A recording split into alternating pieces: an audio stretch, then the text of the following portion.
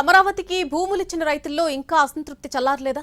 అమరావతికి చట్టబద్ధత వచ్చినా రైతుల్లో అసంతృప్తి ఎందుకు వ్యక్తమవుతోంది? రెండో విడత ల్యాండ్ పూలింగ్ వల్ల రైతులు ఇబ్బందులు పడుతున్నారా?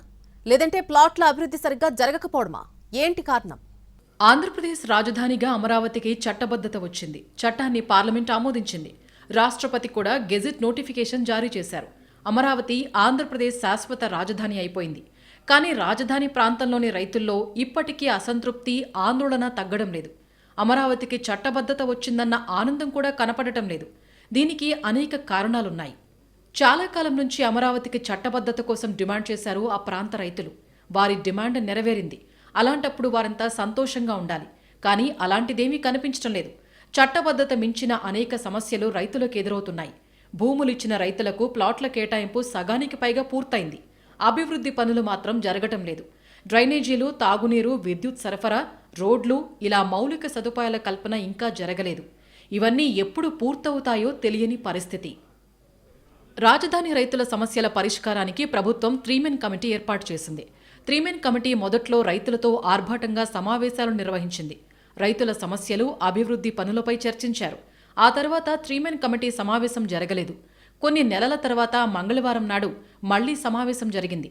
క్షేత్రస్థాయిలో అధికారులు పర్యటించి సమస్యల పరిష్కారంపై దృష్టి పెట్టాలని సూచించింది 3మెన్ కమిటీ. అక్కడక్కడ గ్రామ కంట ఇష్యూస్ ఉన్నాయి కొన్ని.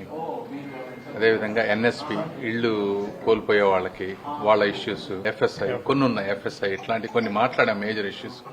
తర్వాత విలేజెస్ లో ఉండేటువంటి ఇన్ఫ్రాస్ట్రక్చర్. కమిషనర్ నారాయణ గారు కూడా కమిషనర్ గారిని అందరూ ఇప్పుడు కొత్తగా వచ్చినటువంటి జాయింట్ కమిషనర్ అందరూ విలేజెస్ కి వెళ్లి ఒకసారి తిరిగితే వాళ్ళకి కూడా మంచి నాలెడ్జ్ వస్తుందని చెప్పారు. Good idea. వాళ్ళు వెళ్తారు. బట్ నెక్స్ట్ ఇంకో 2 to 3 వీక్స్ నుంచి మళ్ళీ రెగ్యులర్ గా కూర్చొని 1 by 1 ఏమేమి సాల్వ్ చేసామో అన్ని కూడా అప్డేట్ చేస్తాం. రాజధాని కోసమంటూ భూములు ఇచ్చి 10 ఏళ్లకు పైగా గడుస్తున్నా ఇంకా అధికారుల పర్యటనలేంటి, సమస్యలు ఎప్పుడు పరిష్కారం అవుతాయి అని రైతులు ఆవేదన వ్యక్తం చేస్తున్నారు. దీనికి తోడు మరో 20,000 ఎకరాల ల్యాండ్ పూలింగ్ జరుగుతోంది. మొదటి విడత ల్యాండ్ పూలింగ్లో భూములు ఇచ్చిన రైతులకే ఇంకా పూర్తిస్థాయి ప్రయోజనాలు అందలేదు. అలాంటిది మరోసారి ల్యాండ్ పూలింగ్ ఎందుకు అనే చర్చ రైతుల్లో జరుగుతోంది. దీంతో పాటు అమరావతిలో భూముల ధరలు కూడా తగ్గినట్లు తెలుస్తోంది. ప్రభుత్వం వచ్చిన కొత్తలో ఉన్న ధరలకు ఇప్పటికీ తేడా వచ్చిందట. దాంతోపాటు భూములు కొనేవారు కూడా లేకపోవటం రైతుల్లో ఆందోళనకు కారణమవుతోంది. 100% ప్లాట్ల కేటాయింపులు, మౌలిక సదుపాయాల కల్పన జరగాలని రైతులు కోరుతున్నారు. డెవలప్ చేసిన ప్లాట్లు ఇస్తే ప్రయోజనం ఉంటుందనే అభిప్రాయం వ్యక్తం చేస్తున్నారు. అందుకే అమరావతికి చట్టబద్ధత వచ్చినప్పటికీ రైతుల్లో ఆనందం పెద్దగా కనిపించడం లేదనే అభిప్రాయం ఉంది.